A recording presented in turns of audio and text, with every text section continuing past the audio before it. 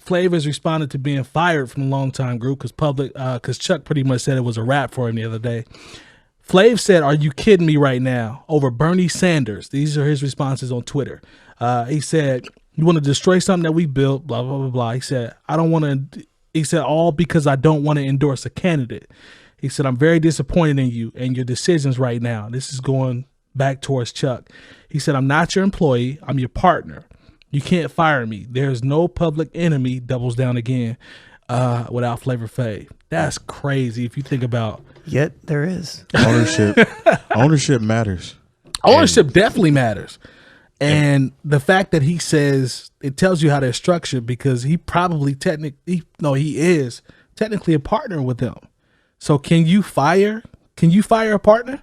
Is he? Well, Yeah, I don't think he is. You don't think he's a partner? Nah. There is a response from Chuck D. Okay. From the offices of Flavor Flav. Or no, I'm sorry, the office of Public Enemy. Public Enemy did not part ways with Flavor Flav over political views. Flavor Flav has been on suspension since 2016 when he was MIA from a Harry Belafonte benefit in Atlanta, Georgia. That was the last straw for the group. He had previously missed numerous live gigs from Glastonbury to Canada, album recording sessions, and photo shoots. He always chose to party over work. Public Enemy Radio toured Europe and co-headlined the Wu-Tang Clan in May without Flavor Flav, and that's in 2019. They have also done numerous benefit shows without Flavor. While Public Enemy Radio was moving forward, Flavor Flav was starting on a reality show, Growing Up Hip Hop New York, where an episode featured his children discussing an intervention and putting him into rehab. It's time to move on, and everyone wishes Flavor Flav well. So apparently this whole split with what is called Public Enemy Radio, because apparently through legal reasons you can't call it Public Enemy without Flavor Flav. Yep. And maybe and they have the people who signed the letter: Chuck D, DJ Lord, James Bomb, Pop Diesel, and Johnny, who's also an MC, because I don't see Terminator X or Professor Griff. So they haven't toured with them for a long time. So I believe that's why it's called Public Enemy Radio, because for legal reasons, without certain individuals, it can't be called Public Enemy. But apparently Flav has not been with the group since 2016. So that's that. I know Griff has been touring solo a long time. Since then, Professor X hasn't been with them in a long time either. Terminator X. I said Professor X. I was thinking about the X-Men. Yeah. Because they'd have ate us up in the comments. Terminator X. Yeah. He don't even know about. Y'all don't know y'all hip hop. Y'all don't know your comic books neither. Yeah, it's always somebody that swears somebody don't know some shit because of. You say one thing that's a little off, Right. And it don't matter. And like that literally would have been all through I'll the tell you comments. what, you come sit in my seat, and let's see how we do. It would have been bad too. Who is old boy in the Sean Kemp jersey? He don't know rap. Yeah. He said something about a comic book. People act like this is scripted. Yeah. Exactly. Definitely not. Go ahead, man. I'm sorry. But nah, it's cool. We love y'all though. Yep, For sure. It's just, it's funny because we just talked about Flavor Flav being in Run DMC, and what was his contribution to Run?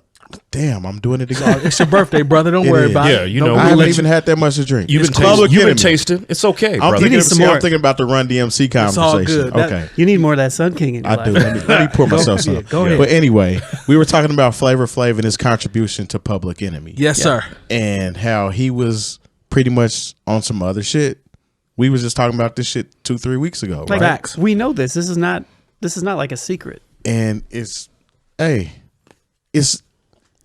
he won't be missed. I won't say, well, Maybe the his live. his vibe I think will be missed. He's a big part of Essentially, their vibe. He's a part of the vibe, but as far as performing, You can do your biggest hits without Flav. you can definitely do your biggest You hits can't without- do 911.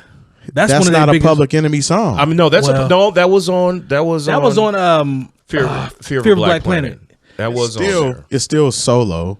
That's just like I it's mean, like but still, Outkast. They had solo songs on. I guess. You know what I'm saying? Okay, So okay. Big Boy can do West Savannah on his own. Okay. It's his song essentially. You know what I'm I saying? got you. Chuck wasn't. I got you. Okay. But you know, Chuck can do Black Steel, the Hour Chaos, and Night of Living Bassheads without Flavor. Yeah. I 'Cause they I can know definitely just 911 is run- one of them records. They can Can't definitely trust it. just run the ad libs for and fuck John Wayne. True. You know what I'm saying? Yeah, if you can do Fight the Power without Flavor Flav. Yeah. When you watch the visual though, man, like to your point though, those are two different things. Like we talking about performing live. He definitely added a major part of the group though. He did. He was a style icon added too, to because it. he wore the big clocks. Yeah. You know what I'm saying? Everybody was wearing clocks and shit back then. And he started getting to the point where it was like Massive. the shits that would be on the wall at the crib, like Yeah, you know like what I the mean? Sun King. Yeah, shout out to Sun King. But I'm with Lone though. I don't want to. What's the word I'm looking for? I don't want to minimize his contributions, but I get what J Boy is saying from a performance standpoint. What you guys are saying, but I still don't like the overall, just the aesthetics of them. Like he's a part of that. No, you know he what I'm definitely saying? is. Like he's a part of that. And you can't unwrite that. No. Yeah, You know what I'm saying? At the end, because you think end of the about day. Public Enemy to me, like at their apex, you got him, you got Grip, you got Terminator X. They The doing S1Ws. They doing the steps. You know what I'm saying? Like Yeah. all of that. Like that goes into Public Enemy. You know what I'm But, saying? but you know what?